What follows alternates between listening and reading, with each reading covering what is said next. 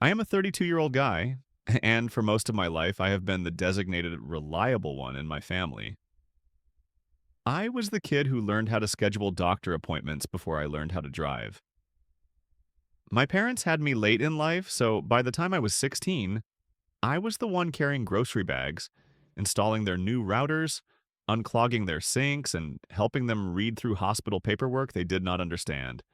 My relatives saw that and decided this meant I was basically a community handyman, accountant, therapist, and chauffeur rolled into one human being. For years, I swallowed it because I thought it was normal. That is just what you do for family, right? It took one night, this night, to realize I had slowly turned into a doormat with a pulse. Now, let me set the stage with the cast. My Aunt Melissa is 55. She is my mom's younger sister, very dramatic, very convinced she is the misunderstood main character of every room she enters. Her husband Brian is 58 and has two kids from his previous marriage, 11-year-old Lucas and 8-year-old Kaylee.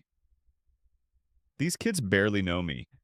They see me for maybe 3 holidays a year, and every single time Melissa insists they adore me, even though Lucas spends most interactions trying to break something in my pockets and Kaylee once called me mom's cousin, even after I explained 3 times that I am not, in fact, a cousin to their mother. Melissa babies them relentlessly because she wants to be the beloved stepmom in some imaginary heartfelt sitcom. Instead, the kids treat her like a vending machine with a driver's license. Last month, my parents wanted to take my dad out for a birthday dinner. Not just anywhere, my dad chose one of those upscale restaurants where they put 3 asparagus spears on a plate and call it an artistic expression. It was supposed to be a calm, quiet night. My parents, me, and my aunt and uncle. That is it. My mom even asked if we should include the kids, and Melissa said very breezily, they are with their mother this weekend. Perfect. I booked the reservation for 6. Done. The evening starts out normal. We all arrive on time, except of course for Brian, who is chronically late to everything except free brunches. We are already seated, menus in front of us, and my dad is halfway through telling me a story about work when I feel a sudden shadow over the table. I look up, and who strolls in but Brian, holding both kids by the hand like he is arriving at a theme park entrance. He does not greet us, he does not apologize for being late. Instead, he nudges the kids toward me and says, they are starving. You can keep an eye on them, right? Then he plops into his chair next to Melissa like he just handed me a pair of grocery bags instead of 2 children I did not sign up to supervise. I whisper, what is this? And Melissa waves her hand at me with a smile like she is presenting adorable puppies. They will sit near you, sweetheart. They like you. They did not like me. They barely remembered my existence beyond the guy who shows up at Christmas and brings gifts that are not electronic. But I tried to be decent because my dad's birthday was not the moment to start chaos. I told the kids to sit down, keep their hands to themselves, not touch the plates. Naturally, Lucas immediately grabbed the butter knife and started tapping the table like he was auditioning for a percussion band. Kaylee attempted to put her hand directly into the centerpiece candle. My internal panic rose like the flame she almost extinguished with her palm. While I was preventing a minor from burning herself alive, Brian started ordering like he had just won the lottery. 2 lobster towers, 3 premium steaks, a $280 bottle of wine, extra appetizers, kids' meals, a special dessert platter. He ordered with the confidence of a man who had no intention of ever looking at the bill. He waved the server over like he was royalty and said, put it all down. We will take the leftovers home. Melissa chimed in with, oh great, we will eat this at home. My parents looked like statues carved out of pure politeness. My mom kept giving me subtle mom eyes that basically said, I do not know what is happening, but please do not explode at your father's birthday. I took a breath and asked as calmly as possible, you are paying for your part, right? Melissa laughed, not a small laugh, not a polite laugh, a laugh like she thought I was doing a stand-up routine. She said, oh honey, you always take care of family. You know how tight things are with the kids' extracurriculars. She started listing them: private karate, private piano, something called junior ice sculpting. Junior ice sculpting. I did not even know that was a thing children could do without losing fingers. The night rolled on with me not eating because I was too busy swatting Lucas's hand away from the candle and telling Kaylee that no, she cannot lick the salt shaker. Finally, the server approached with the bill. She placed it in the center of the table gently, like she was laying down a newborn. The moment I saw it, my blood pressure went skyward. $2,742.66. My brain made the sound a computer makes when it crashes. Brian did not glance at the bill. Melissa barely looked before shrugging with a relaxed, "We will transfer you tonight. You put it on your card like usual." Like usual. Like this was some normal family protocol. Like I had been covering multi-thousand-dollar dinners my whole life. The biggest thing I had ever covered was half the price of a family pizza because I felt bad my cousin forgot her wallet. This was the moment something in my spine straightened, and every ounce of doormat energy evaporated. I did not yell. I did not slam my hands on the table. I just said, loud enough for a few surrounding tables to turn their heads, "I am not paying for this circus. You brought 2 extra people without warning, you ordered half the ocean, and now you expect me to cover it? No, absolutely not. Split the bill." Melissa stared at me like I had just spoken in an alien language. Brian said, "You make more money than us. It is only fair." I said, "Then order within your budget. I am not your wallet or your babysitter." The server stood frozen in place like she was watching the final act of a drama she had not expected to witness. My mom had her eyes wide, but my dad, bless him, leaned toward me and whispered quietly, "Son, do what you think is right." Hearing that felt like someone finally cutting the chain. I refused. Flat. Unshakable. Final. Melissa muttered that I was ungrateful. Brian insisted I was disrespectful. They huffed, they glared, but in the end, they paid for their meals and the kids' meals, which was nearly the entire bill. My parents and I covered what we had actually ordered, which was a modest fraction of the damage. When we walked out into the parking lot, Melissa leaned toward me and hissed, "You embarrassed us." And that was when I finally said the thing I had been swallowing for years. I replied, "You used us." The next morning, I woke up to the sound of my phone buzzing like a weed whacker. 14 notifications, all from Aunt Melissa. For a few seconds, I thought there had been some kind of family emergency, but no. It was a 14-paragraph text message that looked like she had spent the entire night drafting it like a college thesis. The first paragraph was her declaring that I had humiliated her as a parent by refusing to pay for the dinner. She repeated this phrase 4 different times in 4 different emotional pitches.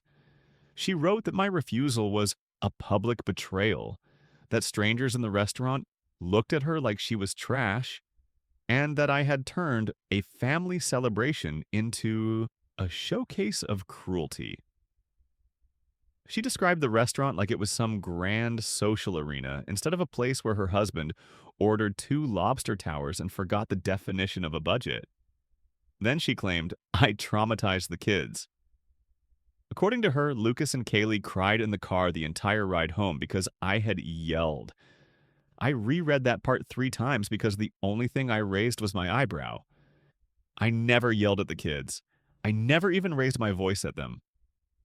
All I did was calmly tell Lucas to stop smashing his butter knife against the table and tell Kaylee to stop dunking bread into my water glass. In Melissa's version of events, though, I was basically an ogre roaring across a banquet hall.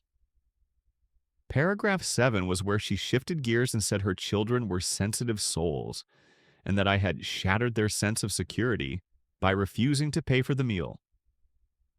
Paragraph 8 claimed that Brian was deeply hurt and felt attacked as a father, even though Brian had been scrolling on his phone while I was stopping his daughter from accidentally lighting her own sleeve on fire. The mental gymnastics in her message deserved an Olympic gold medal. By paragraph 11, she was telling me that I needed to apologize before Thanksgiving. She said it like it was an order. No request, no compromise, just a decree from the queen of entitlement herself. I stared at my phone, laughed, and wrote back that I would not be attending Thanksgiving if she and Brian were going to be there. It was the calmest boundary I had ever set in my life. Exactly 10 minutes later, she wrote back with, "Fine, we will change our plans." Like she was doing me some kind of enormous favor by removing herself from an event she had single-handedly poisoned. I stared at the text, stunned that she caved so fast. I realized she never expected pushback because she had never had to face any before. Boundaries were foreign to her, and the moment she encountered one, she folded like a card table. My mom called me about 20 minutes after that. She sounded tired, overwhelmed, and sad in that way only a parent can be when they feel pulled between relatives who cannot behave like adults. She told me she did not want the holiday to turn into a battlefield. She did not want family gatherings to become tense or divided. She said the whole situation made her feel like she was failing at keeping everyone together. Hearing her voice crack made my chest hurt in a way the dinner bill never could. Right when I was about to start feeling guilty, my dad took the phone from her. His voice was steady, blunt, and calmer than I had heard him in weeks. He told me that my aunt had been using me for a long time and that I did not owe her a single thing. He said she played stupid games. Let her win stupid prizes. A few days after the dinner, my mom called again, not to scold or cry this time, but to tell me something she had overheard while talking to my aunt earlier that week. It slipped out in one of Melissa's dramatic rambles that she and Brian had recently leased a brand new luxury SUV, the type that looks like a spaceship on wheels, the type that has a monthly payment equal to most people's rent. Not only that, they had already booked a $6,000 spring break trip for the kids. $6,000 for an 8-year-old and an 11-year-old who still cannot sit through a dinner without playing percussion with the cutlery. So hearing Melissa claim she was struggling financially was like listening to someone cry poverty while sipping champagne on the deck of a yacht. Suddenly, all the whining about tight budgets and expensive extracurriculars made sense. It was not that they were too tight on money to pay for their own dinner. It was that they had chosen to funnel all their money into luxuries that made them look impressive and expected everyone else to quietly sponsor their day-to-day expenses like a family charity program. Right when I was trying to wrap my head around that, I got a private text from my cousin, Melissa's daughter from her first marriage. She is 28, lives on her own, and has always had this quiet, exhausted look whenever her mom is mentioned at gatherings. She told me in plain terms that her mother and Brian pull this stunt constantly, that they expect someone else to pick up the tab because they believe having children gives them an eternal free pass. According to her, this was practically a habit, a lifestyle, a full-time sport. She went on to say this was not even the first time they tried to stick someone in the family with a huge bill. It was only the first time someone refused loudly enough that they could not pretend it was a misunderstanding. I sat there staring at the message, letting it sink in that I had not just been unlucky. I had been placed on their list, their sucker list. The list of people who do not push back, who pay first and complain never, who they assume will always cover the cost because they have a stable job and no kids of their own. They had tested the boundary and expected silence. Instead, they got a full verbal stop sign in the middle of a restaurant. That is when the family divide started. My phone began pinging with messages from relatives who were hearing about the incident from one side or the other. The dramatic retelling spread faster than gossip at a family reunion. Suddenly, half the family was telling me I did the right thing. I had every right to stand up for myself. They said they were tired of watching Melissa and Brian glide through events like royalty, expecting peasants to handle the bill. A few even admitted they had been victims of similar behavior in the past, but never had the nerve to say no.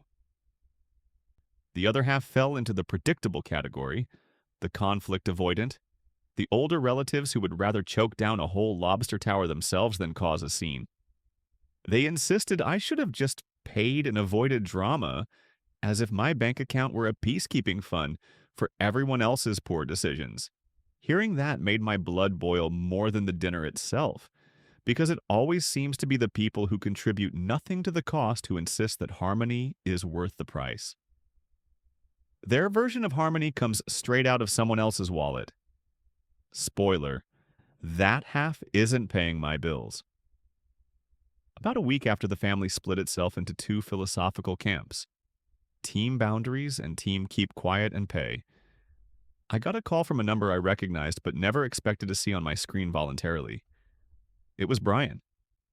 The man who had spent the entire dinner acting like a guest star in his own life was suddenly reaching out as if we regularly had heart-to-heart conversations.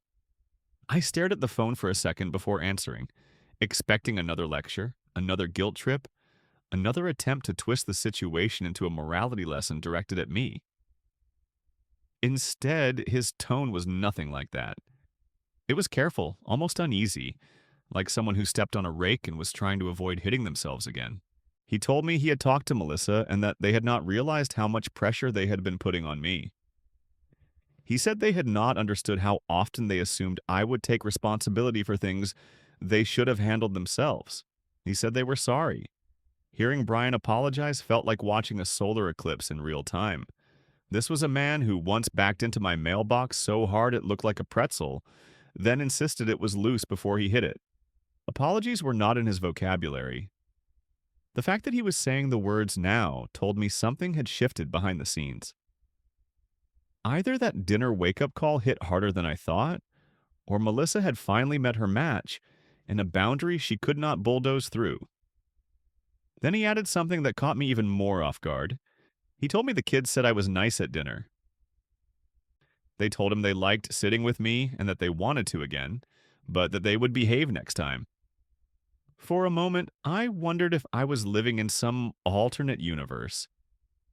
These were the same children who tried to set the candle centerpiece on fire and turn the butter knife into a drumstick. Hearing that they said anything positive about me made it clear that whatever story Melissa had told about me yelling or traumatizing them had fallen apart the moment the kids opened their mouths. Later that evening, Melissa sent a text. Short. Polite. Way shorter than her 14-paragraph guilt symphony from earlier in the week. She said she appreciated what I do for my parents, and that she should not have counted on me to do the same for her family. It was not emotional, it was not melodramatic, it was simple. Almost unfamiliar coming from her. I took it as a sign that she had finally been forced to look at herself in the mirror long enough to realize the reflection was not flattering. We are not best friends now. I am not expecting matching sweaters or holiday cards signed with cursive unity. But since that conversation, something has changed. They have not asked me for anything involving money, logistics, errands, kid supervision, or last-minute favors disguised as harmless requests. The silence in that category has been downright peaceful. Thanksgiving rolled around like a small test to see if anything truly stuck. I showed up cautiously optimistic, but fully prepared to witness another dramatic display. Instead, what I saw stunned me. Melissa and Brian arrived on time, dressed calmly instead of extravagantly, carrying their own containers for leftovers like they had attended a seminar on responsible adults. When it was time to order, they stuck to normal, sane portions. No towers of seafood, no bottles of wine that cost the same as a repair bill, no assumption that someone else was covering the cost. When the check arrived, they did not look in my direction. Not even a glance. They simply picked it up, reviewed it, and paid their part without hesitation. The entire evening passed without tension. Evening passed. It was probably the first family gathering in years where I did not feel like a walking credit card. I walked out that night realizing something important. Real boundaries do not destroy relationships, they reveal which ones were built on taking advantage. The ones that survive afterward are cleaner, steadier, and built on actual respect. So yes, I consider that a win. And everyone listening, thank you for sticking through this story.